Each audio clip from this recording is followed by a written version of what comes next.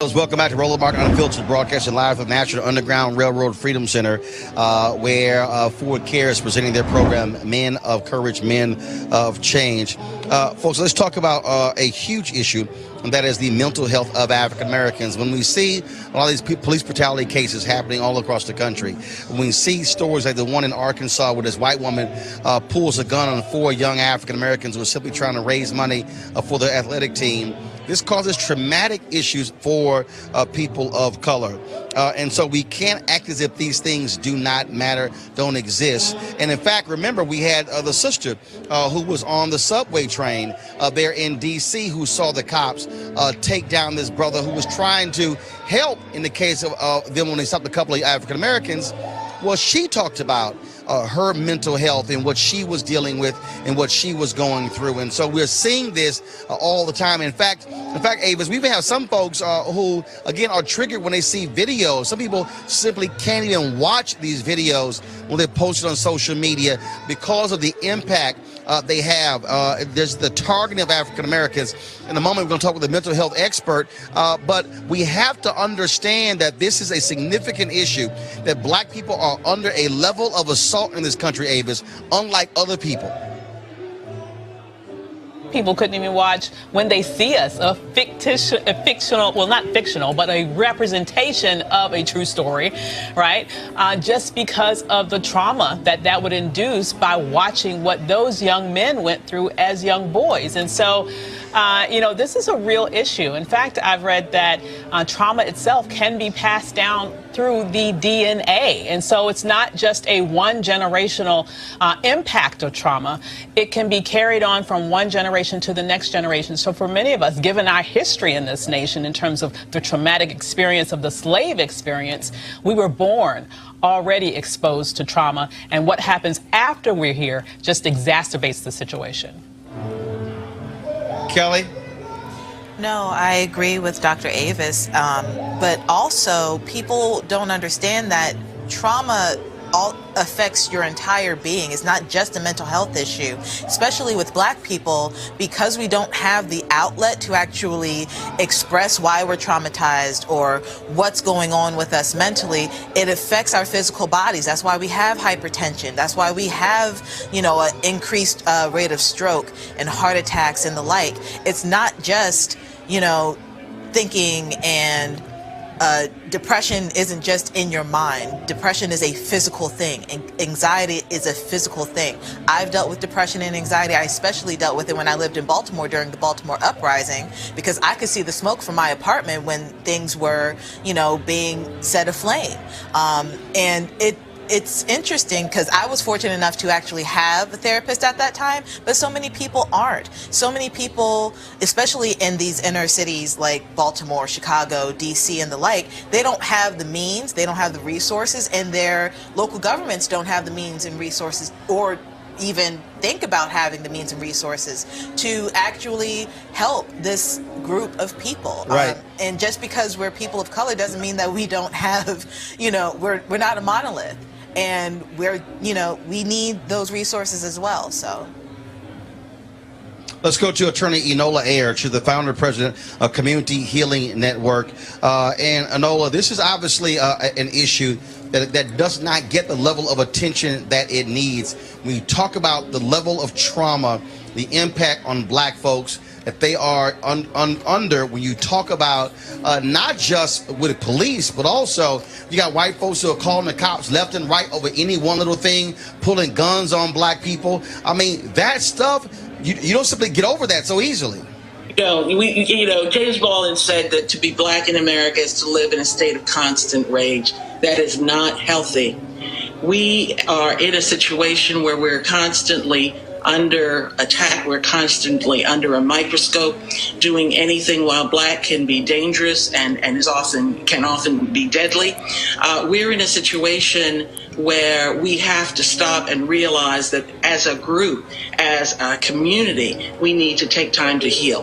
This current manifestation of the problem is rooted in something that took place 600 years ago in the world and 400 years ago in the United States. And we're in the 400th anniversary of the first recorded forced arrival of Africans in the United States. And it is an important and propitious moment for us to say, look, we've made an incredible amount of progress against so many trials and tribulations. The increasing occurrence of mental illness and the rampant development of specific pathological conditions are not the only legacy of the colonial war in Algeria. Apart from the pathology of torture, the pathology of the tortured and the perpetrator, there is the pathology of the entire atmosphere in Algeria, a condition which leads the attending physician to say when confronted with a case they cannot understand, this will all be cleared up once the damned war is over. We propose grouping in this fourth series the illnesses encountered in Algerians, some of whom were sent to internment camps. They can all be characterized as being psychosomatic. The name psychosomatic pathology is given to the general body of organic disorders developed in response to a situation of conflict. Psychosomatic because its determinism is psychic in origin. The pathology is considered a way the organism can respond. In other words, how it adapts to conflict, the disorder being both a symptom and a cure. More exactly, it is generally agreed that the organism, here again is the former psychosomatic cortico-visceral body, outwits the conflict using the wrong but nevertheless economic channels. The organism chooses the lesser evil in order to avoid complete breakdown. On the whole, this pathology is widely accepted today, although the various therapeutic methods such as relaxation and suggestion are highly uncertain. During the Second World War, air raids on England and the siege of Stalingrad, for example, in the Soviet Union, the number of disorders reported increased dramatically.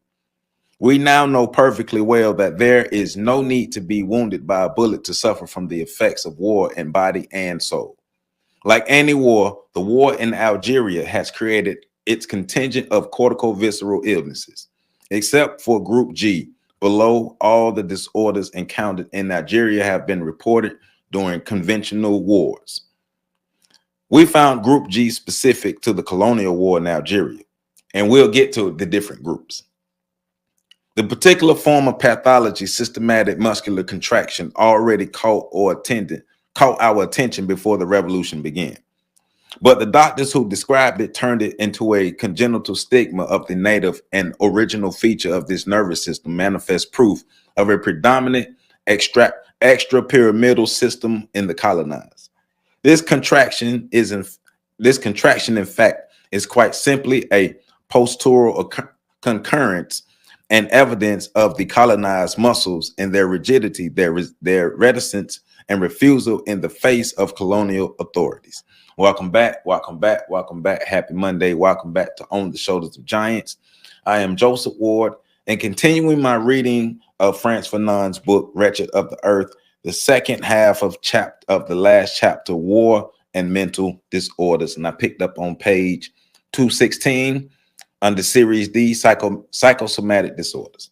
So we're continuing to talk about the effects of war and effects of violence on people and how it causes trauma and how that trauma can manifest itself in various ways. But specifically, Frantz Fanon is talking about psychosomatic disorders. And it says psychosomatic disorders is talking about the grouping of the organic disorders that can happen when the person experiences trauma. And so, once again, the name psychosomatic pathology is given to the general body of organic disorders developed in response to a situation of conflict. So there are various psychosomatic disorders that can occur.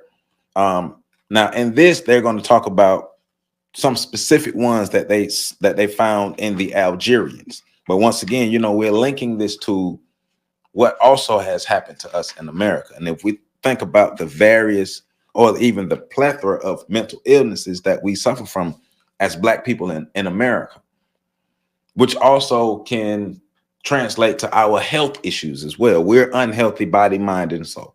And a lot of that has to do with the trauma that we experienced since slavery, the continued trauma that we experience here in America. And of course, that trauma is on the spectrum because everybody has not experienced the same extent of trauma.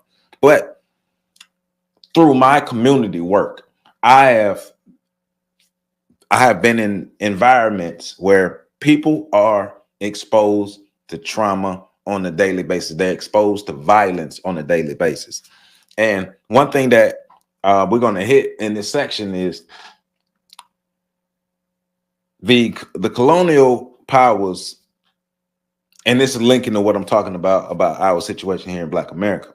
The colonial powers suggested that criminality was natural to the Algerians, just like it was suggested here by the Europeans and the white people in America that criminality and violence was natural. It was innate to African people. Now, they neglected, or they didn't even try because of, you know, what the narratives that they were creating, but I would say they excluded the conditions that Black people have been under for the past 400 or 500 years, right? You cannot experience trauma that long and just come out okay. We know that because we have something called post-traumatic stress disorder. And when we talk about post-traumatic stress disorder in the various ways that we talk about it, people seem to understand what trauma is and how trauma can manifest to disorders. But when it comes to post-traumatic slave syndrome, or even the trauma that Black people faced globally, but more specifically, the trauma that Black people faced here in America, we don't understand that. The connection isn't there. The logic isn't the same. Somehow the logic breaks down. Somehow generational trauma does not exist. Epigenetics is the word. Epigenetics is the word for the physical generational trauma that has been passed down, right?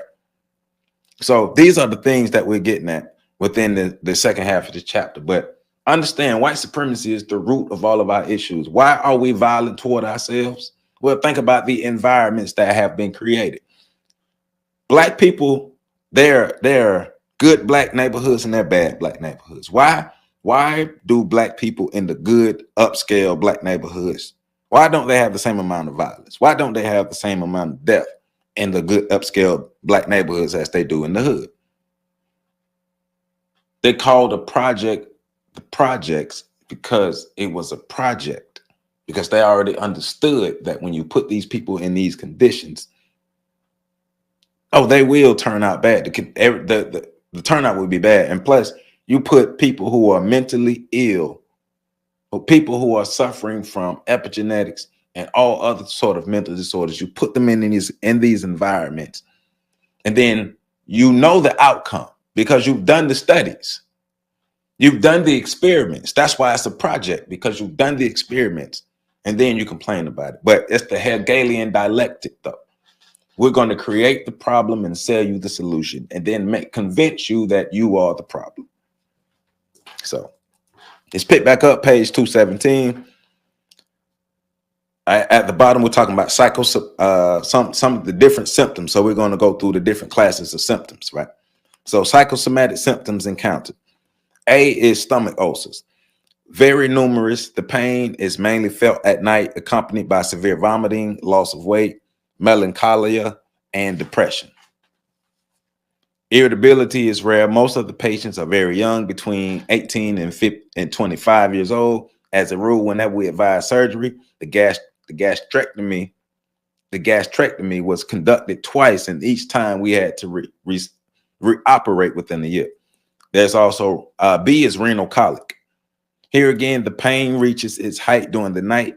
Obviously, there are never any kidney stones.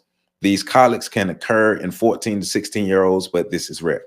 C is disturbed menstrual cycles. These symptoms are very common, and we will be brief. Either the woman go Either the woman go 3 or 4 months without their periods, or menstruation is so painful it affects the woman's character and behavior. D is hypersomnia due to idiopathic tremors.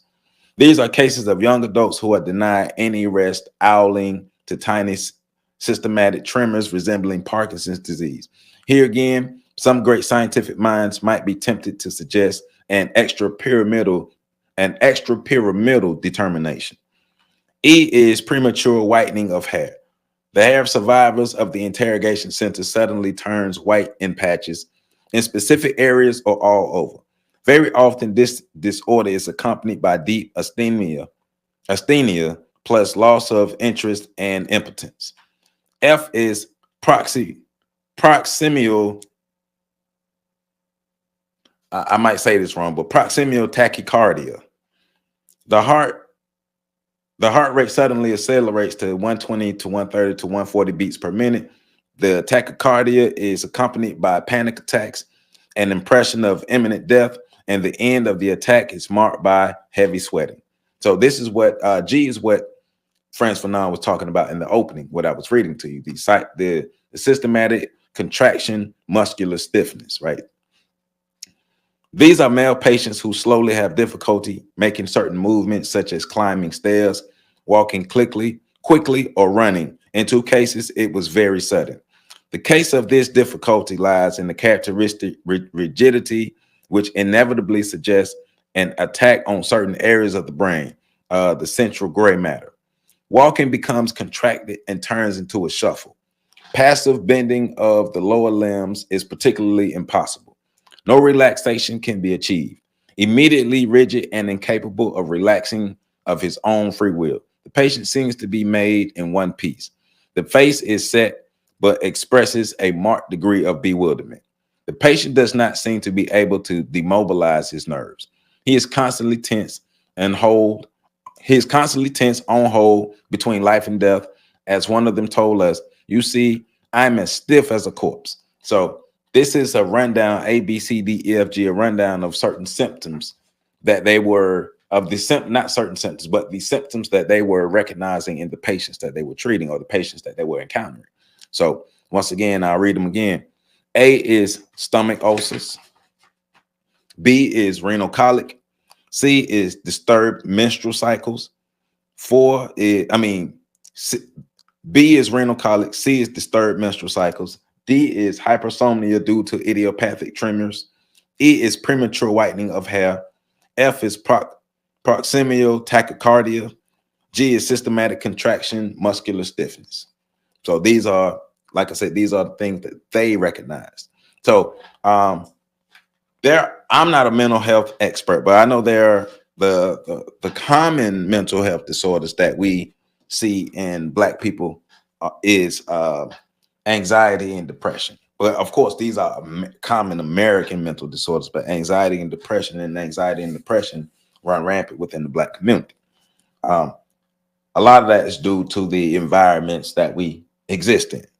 Racism has done a job on us, both mentally, physically, spiritually, emotionally, every body that we have, and the spiritual body, the mental body, the physical body, emotional body, all the different bodies, all the different layering of bodies has been affected negatively with no real repairing.